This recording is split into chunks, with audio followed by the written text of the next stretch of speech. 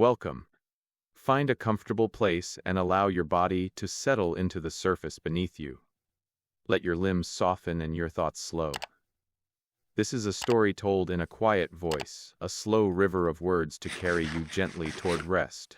There was once a boy named Eirik, born beneath a pale winter moon in a village that leaned toward the sea.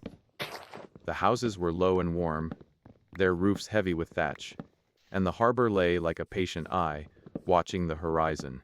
In the mornings the water moved with a careful rhythm, and the fishermen moved with it, their hands learning the same steady pace. Eirik grew up with salt on his skin and the hush of waves in his ears. He learned to read the sea the way others read a book, noticing the small changes. The way a gull tilted its wings, the way a cloud gathered like a thought, the way the tide left messages in the sand and then erased them. As he grew, Eirik walked the shoreline with bare feet and a quiet curiosity. He watched the long ships come and go, their carved prows cutting the light like a slow promise. He watched men and women who had sailed far return with stories folded into their eyes. He listened more than he spoke, and in listening he learned the shape of patience. He learned that strength could be gentle, that courage could be measured in the steadiness of a hand rather than the loudness of a shout. The village taught him small things: how to mend a net so it would hold, how to tend a fire so it would not die, how to carry a burden without letting it become a weight that bent the back. When he was old enough, joined a crew and stepped into a long ship with a dragon carved at its prow. The ship moved like a living thing, wood and rope and breath, and the sea answered with a slow, endless conversation. The voyage was not a single event, but a long lesson. Waves taught rhythm, wind taught timing, and stars taught direction. Nights on water were wide and quiet. The sky spilled its light and the men spoke in low voices, so as not to disturb the hush. Eirik learned to steer by the feel of the current beneath the keel, to sense the mood of the sea as if it were a companion. He learned that leadership begins with listening, that a steady hand on the oar steadies more than the boat. They landed on distant shores where the trees smelled different and the soil held other secrets. Eirik stepped onto new earth and felt the same small steadiness that had lived in him since childhood. He walked through forests that breathed in a different rhythm, and he met people who kept their own quiet ways. He traded fish for grain, stories, tools, and in every exchange he learned to measure value by usefulness and kindness rather than by boastful claim. He learned to speak softly and to act with purpose. In the halls where strangers gathered, he listened to elders who spoke of old laws, and to children who laughed like bright sparks. He learned that a leader must know the land as well as the sea, must understand the seasons and the hunger that comes before harvest, must know the names of those he would one day protect. Winter came with a slow, white hand that softened the world and made every sound smaller. Snow covered paths and muffled the clatter of daily life. Fires were small and precious, and the men and women who had once moved with the sea's wide motion learned to move with the hush of snow. Eirik learned endurance in those long nights. He learned to keep his breath steady, to share warmth without words, to make small comforts into lasting strength. There were nights when the wind rose like a distant drum, and the men huddled close, and Eirik wrapped a cloak around a younger sailor and offered a quiet song that was more a promise than a melody. Those small acts, repeated and unremarked, became the foundation of his character. Courage, he discovered, did not always arrive as a shout or a blade. Often it came as a choice to remain calm when others panicked, to speak only when words would steady, to act only when action would protect. When a rival band threatened a coastal village, Eirik did not rush to battle. He walked to the shore and watched the tide, feeling the slow logic of water. He met the rival leader not with a raised sword, with a steady voice and an offer of food and shelter, a way to leave without blood.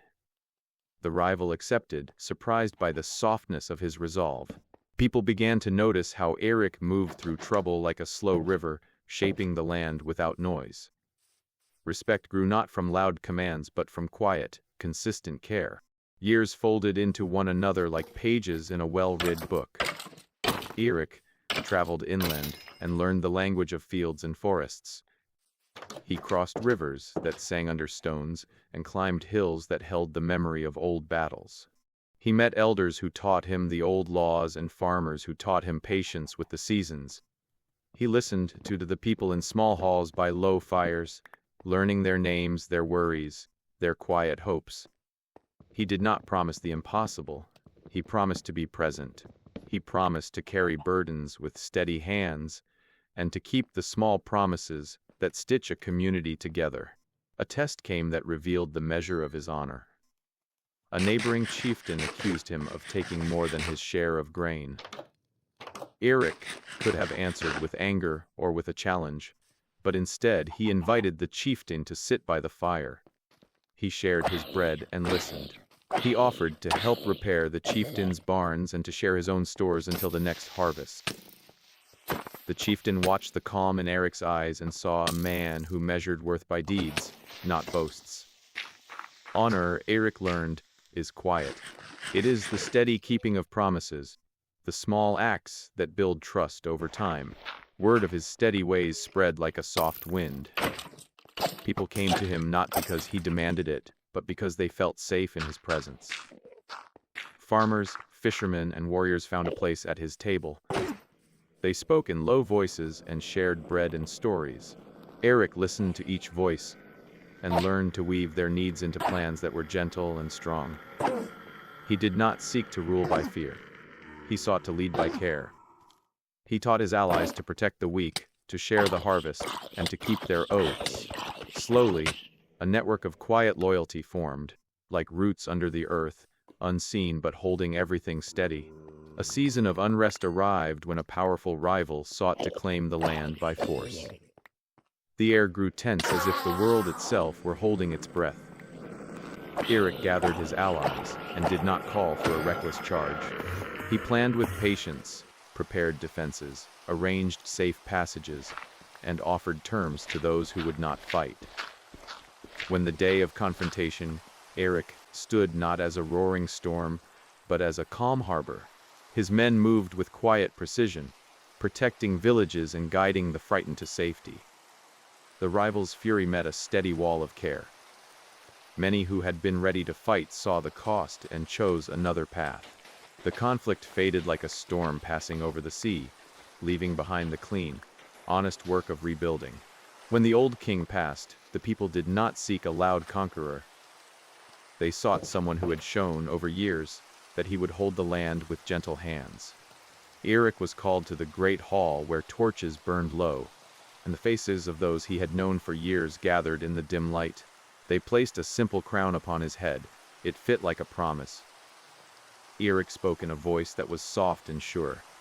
He promised to listen, to protect, and to keep the peace. He did not promise endless riches. He promised steady care.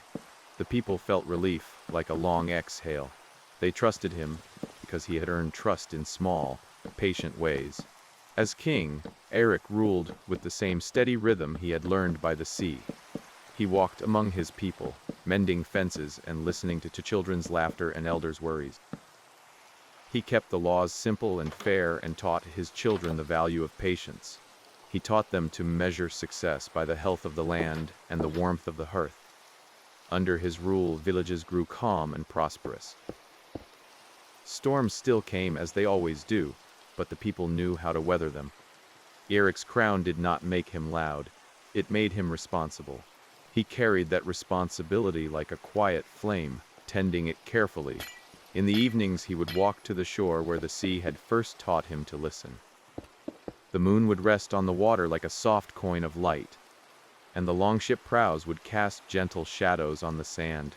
He would stand and watch the tide move in its slow, patient way, remember the small hands that had taught him to row, the elders who had taught him to listen, the friends who had shared bread and shelter.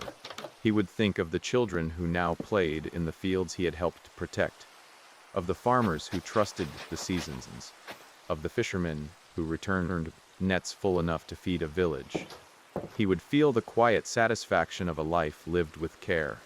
This story is not about sudden triumphs or loud victories. It is about the accumulation of small, steady acts that become the foundation of a life and a kingdom. It is about the way a calm voice can steady a frightened heart, the way a shared blanket can become a promise kept, the way a repaired barn can speak louder than a boast. It is about the slow work of tending people and land, of listening more than speaking, of choosing presence over spectacle. Now, as you listen, imagine the sea at the edge of your awareness, the steady motion of waves like a slow, reassuring heartbeat. Imagine Eirik standing there, a figure shaped by years of quiet choices, watching the horizon with a calm that has been earned. Let the story settle into the soft places of your mind. Let the images drift like clouds. Let the rhythm of the words become a gentle current that carries you away from the day and toward rest. You have weathered your own days. You have carried small burdens and made quiet choices. Allow yourself now to set them down, to let the world soften around you. Trust that strength can be gentle and that courage can be patient. Let your thoughts grow slow and wide like the sea. Let the last lines of this story fade into the hush of the night and carry you deeper into sleep, where the world